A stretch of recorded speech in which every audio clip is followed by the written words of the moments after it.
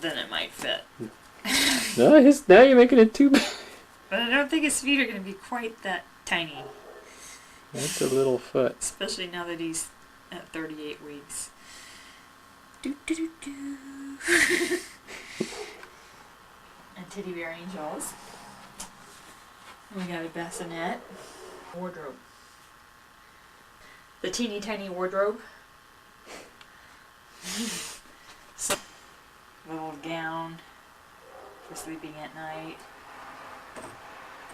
Little onesie. With the teddy bear. And little sleeper suit so I can wear them in the snuggly. Oh, and then the outfit that we picked out for the hospital to take him home in the hospital. Hopefully he'll fit in it.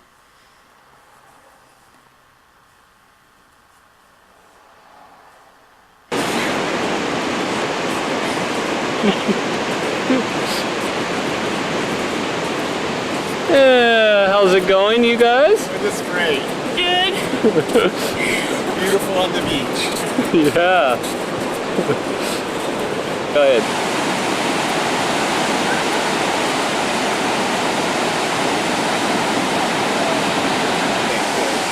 Make those instantaneous dives.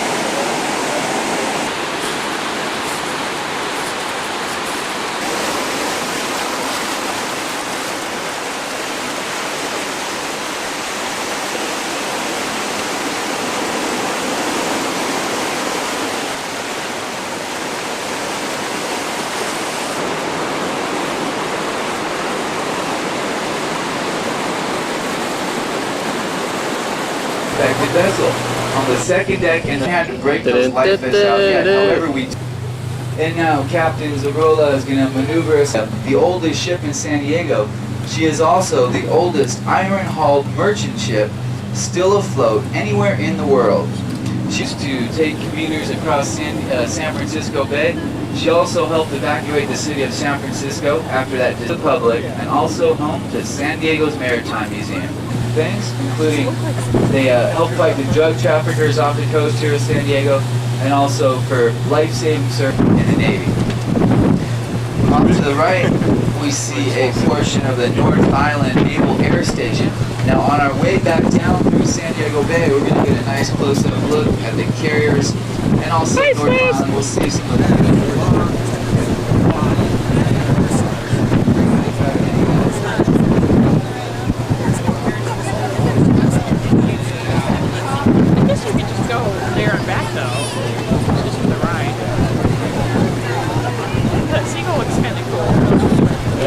He's looking for some food, I think. New building Harbor Island. An entrepreneur wants to build his restaurant at this spot. Happens to be the exact same spot. The United States has lost only twice, including the last time they raised. Not a bad life. These sea lions will basically sleep all day and eat all. That's what the dolphins are.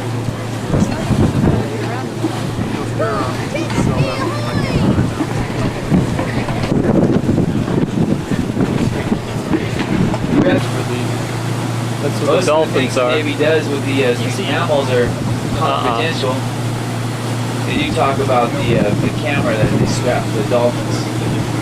I saw them once. See those pins right over there? Yeah. They would jump up to the air really high. Yep. And maybe we'll see something on the way back. Right here in front of us, some like giant free sushi bars. We see some black birds right in front. Those are cormorants, very efficient hunters. Those birds can stay underwater for up to 4 minutes while they chase their endangered species list. However, fairly plentiful here in San Diego. We see some snowy white egrets and a real nice look at some sea lions. That's a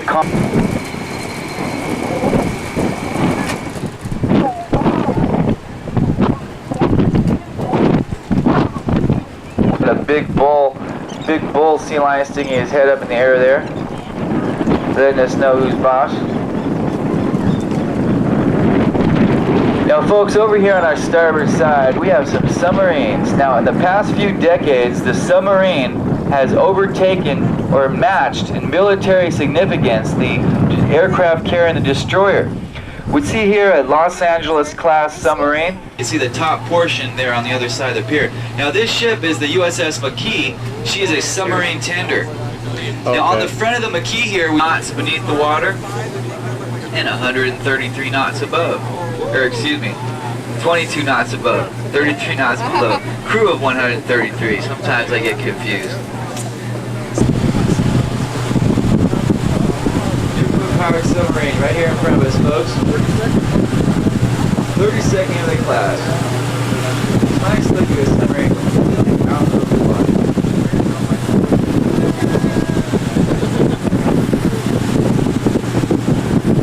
Now for the original lighthouse keeper. Folks, we got some Navy SEALs right here in front of us. Highly skilled Special Forces branch of the United States. Yeah.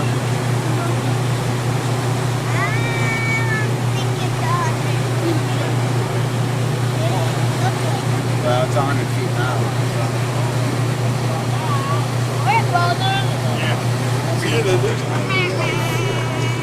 Oh, like the lifestyle. There's so many little houses on the islands, you know. It just seems like there is so many You see any helicopters? you know, regular ferry service spots. So you can go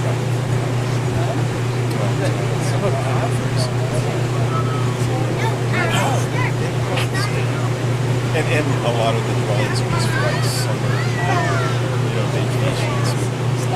Just go out there, board your boat, stay there all the time.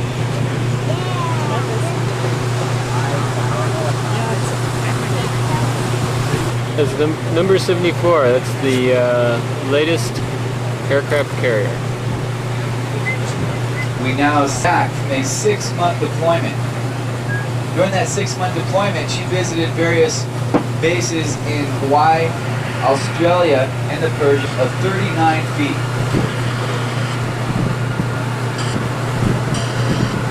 USS Stennis, folks, is just a baby. She was commissioned in December of 1995. This is the second newest aircraft carrier of the Navy.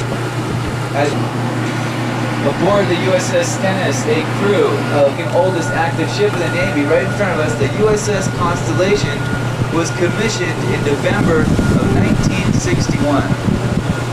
Only about 200 feet less, or excuse me, 20 feet less in length than the newest type of carrier. At her stern, 4 26-foot wide propellers. She has a crew of 55 missiles and ammunition. Perhaps even bombs. We have some sailors waving to us up there on the flight deck, folks. We see the DSRB Mystic. She is one of 5 of her kind, one of the deepest diving submarines in the world. She's used for both research and rescue operations. Now they would use the Mystic in case one of the larger submarines like we saw earlier were in distress and needed to evacuate. They would send the Mystic down, which would plug into the water here. Right. Now about 20% of these boat owners actually live on these boats.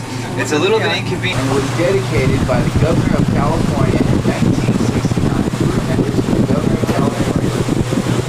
That's absolutely right. Ronald Reagan, the governor. Now as we get closer here, we notice the bridge. Now this bridge is hard to see. Just read the wellies. Well, How much clearance do they have, like with their antennas and stuff? yeah, I'm not sure the exact footage, but I know the carrier is the only one that can't pass the region. It's not actually on the map.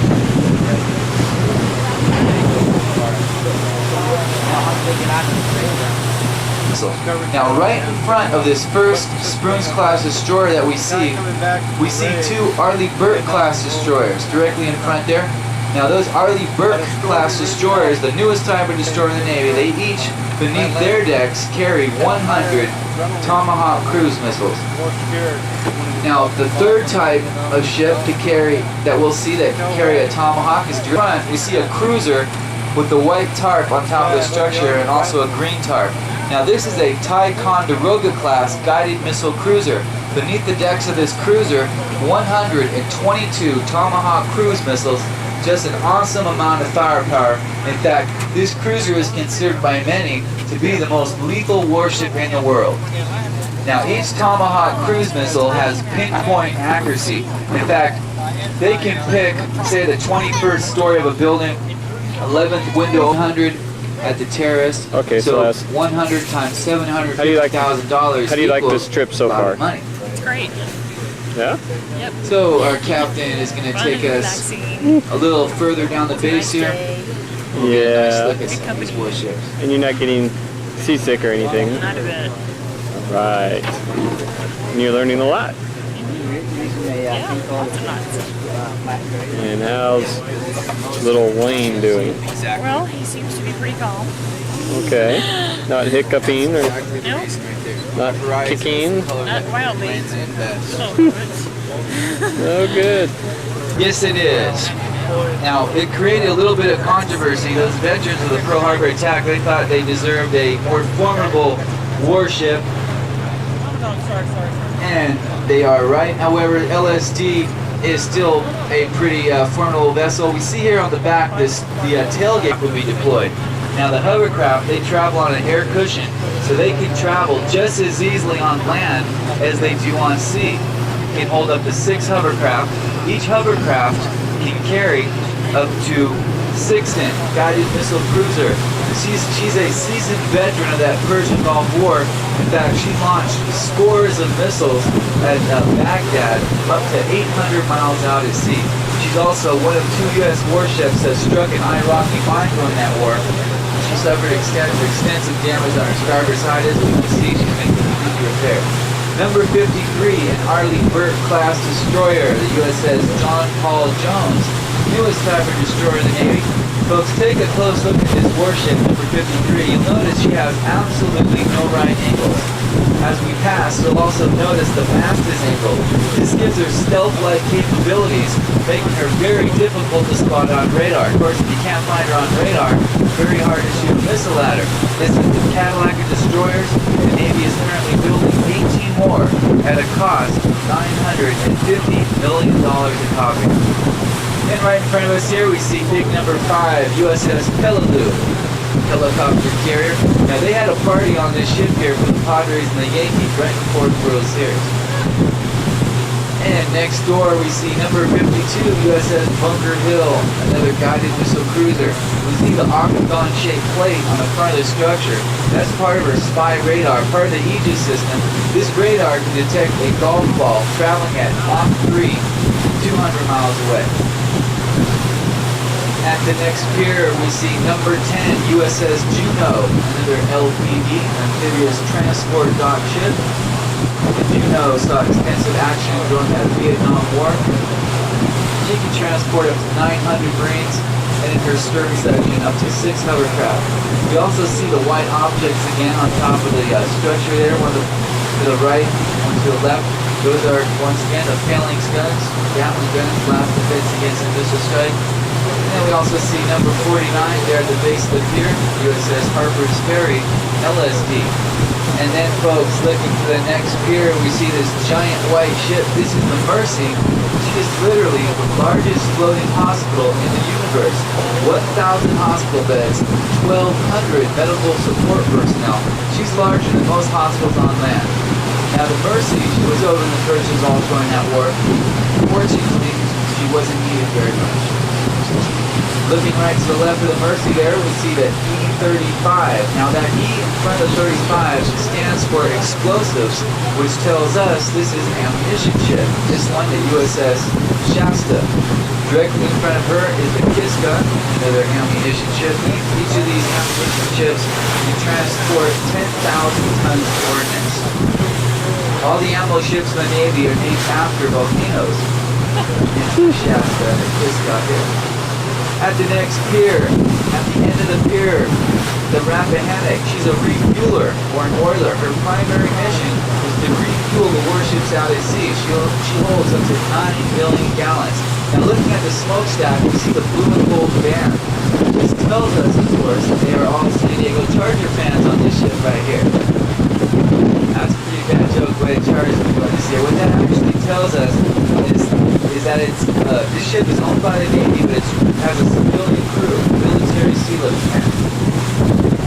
At the next pier, at the base, we see number 46, guided missile frigate, USS Prince. We have a crew member that rents on board. Alright.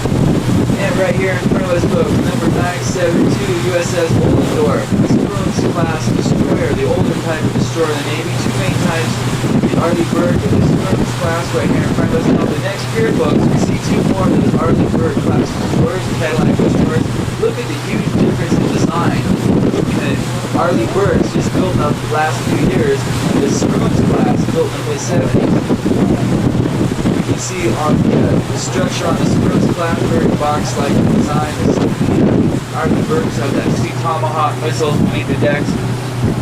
We also see the 5-inch gun on the stern of the USS John Young here, another Sturms class destroyer. Now on the other side of the pier, folks, we see big number 4, USS Boxer LHG helicopter carrier. She has a crew of 996. She can transport up to 1,900 Marines, also 35 helicopters aboard, and 10 Harrier jets. Now the Harrier is the only type of jet that can take off and land vertically, just like a helicopter. Those Harriers can also fly backwards. That flag we see there on the stern, no stripes, all stars, that flag there tells us that the captain is currently on the 17th hole of the Coronado Golf Course.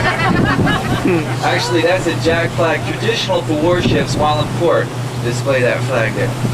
At the next pier, 4 more Perry class guided missile frigates. These frigates are used primarily for anti-submarine warfare. They're very maneuverable. In fact, with their top cruising speed of 33 knots, they can come to a complete stop within 1.5 lengths of themselves.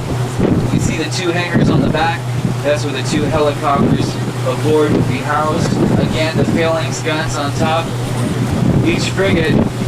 Now these frigates, they look a little smaller than the other warships. They are, however, at 454 feet long. It makes them 154 feet longer than a football field. Difficult to gauge the size. Most common ship in the Navy, guided missile frigate. And now, folks, we are passing by NASSCO. Once again, National Steel and Shipbuilding Company. 2 huge maritime pre-positioning ships in front of us here. These will be the largest types of ships in the Navy outside of the aircraft carriers. Now, at the front of the ships, down near the waterline, we see the bulbous bows. Now, while these ships are underway, while they're cruising along, you won't see the bulbous bows. They'll be beneath the water. This is what helps control the pitch of the ship. That's what gets us seasick. Also contained in these bulbous bows are sonar detectors, detecting the sonar of enemy submarines. Now, each of these maritime pre-positioning ships will have the capacity to transport 1,000 tanks, trucks, tractors, armored personnel carriers.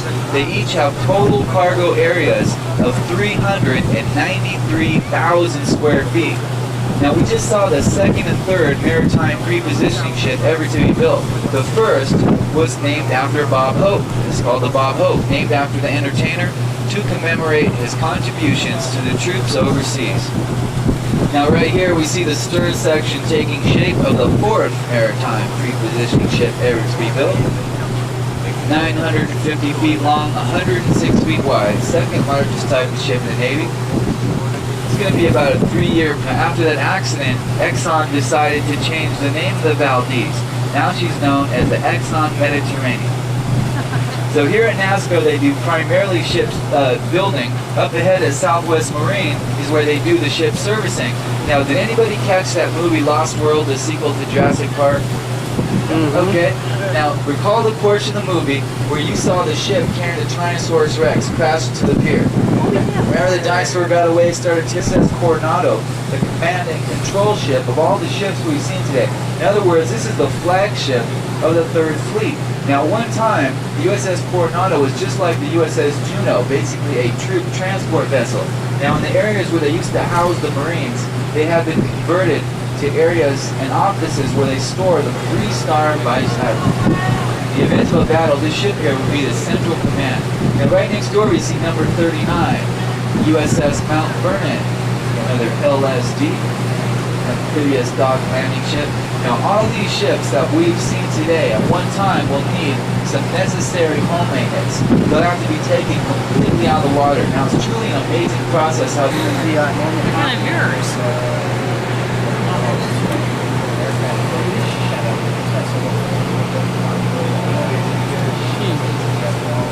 Sheesh. frigates used to be is a giant brown kelp. Now that giant brown kelp can grow only 3 places in the world, off the coast of Chile, off the coast of New Zealand, and right off the coast here of Southern California.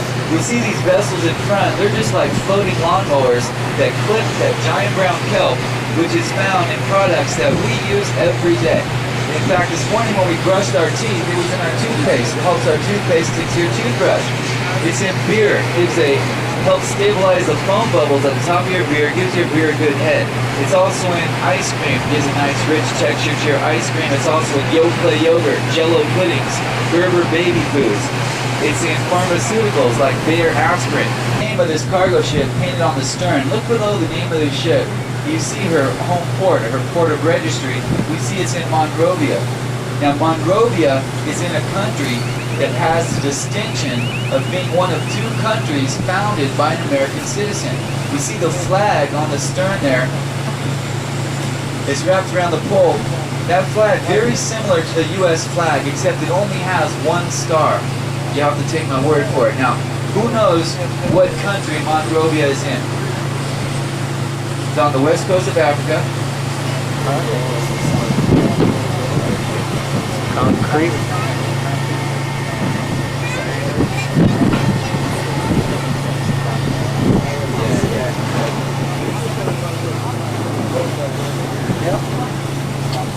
Proposition C is expected to pass overwhelmingly, and if it does, completion is scheduled in 4 years for this $412 billion ballpark. You see that red brick building right in front of us there, the Western Metal Supply Company building?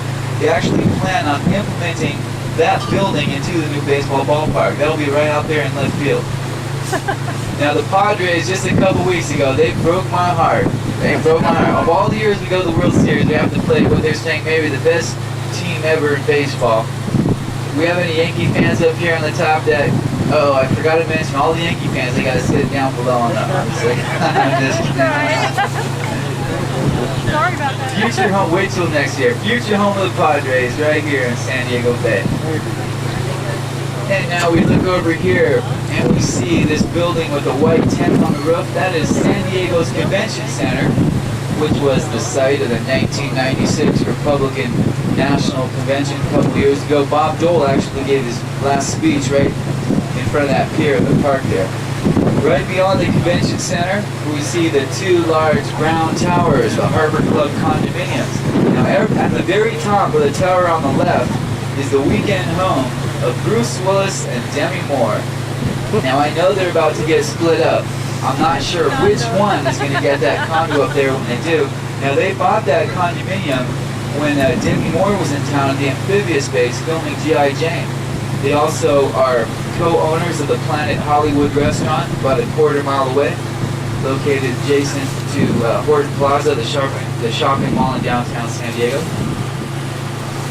This Marriott Hotel is the largest in Southern California. Now, if you want the penthouse suite at the very top, it's going to run you $2,200 a night. $2,200 for one night. I wouldn't sleep for 1 second. Stennis over here, the aircraft carrier we saw earlier, 92 feet. She would dwarf the Hyatt Regency, which is 540 feet tall. Be over twice as tall as this building right here. Now, all the way at the top is the Skyline Lounge. Our bartender tells me they make it, bartender Dave, he tells me they make a great pina colada up there. Now, located adjacent to the Skyline Lounge is a public observation deck. Now, with the very narrow slitted windows. Now, this is the MCC building, or Metropolitan Correctional Center. You don't want to visit this one, it's a federal prison. Now, looking to the right of this prison, we see just appearing from behind the Hyatt a zigzag condominium building. Now, the condos at the very top go for $2 million, so they pay $2 million for their view. About 100 yards away, the prisoners get their view for free. And Now we are passing beautiful Seaport Village. Seaport Village is a themed shopping village. In fact, this would be a real nice place to go for a stroll tonight. Short walk from where we tie up. You'll find a multitude of shops here, gift shops, specialty shops, nice restaurants, entertainment, even a carousel that was built 107 years ago in Coney Island. Now, one of those nice restaurants is built right out over the bay. We see here the Pier Cafe and Restaurant. Now, the Pier Cafe and Restaurant is a pretty good place to eat. In fact, it's so good, the Pier Cafe has even been rated outstanding amongst its peers.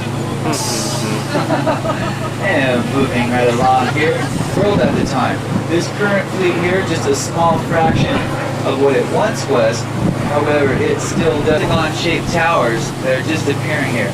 Now, tonight after sunset, we're going to see a pretty green halo around each of these towers. This is called Wyndham Emerald Plaza.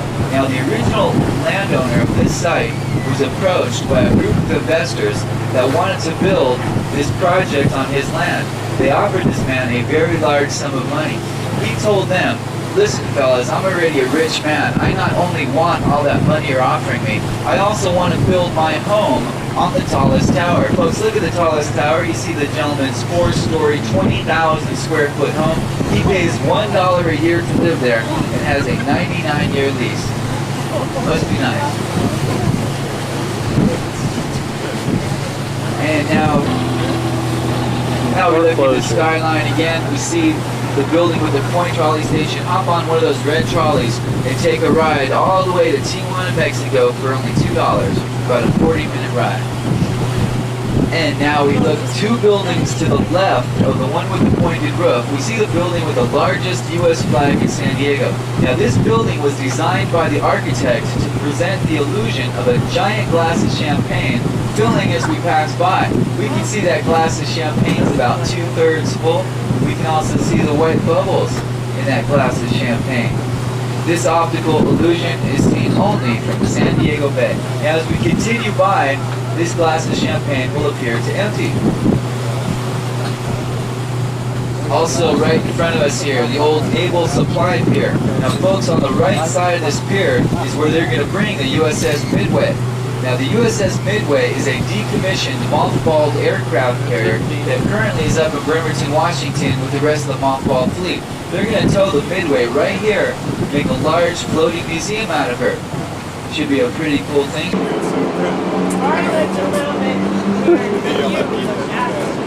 If it did come out, they wouldn't pay me. So, yeah, you know how to do it. You can explain it to me.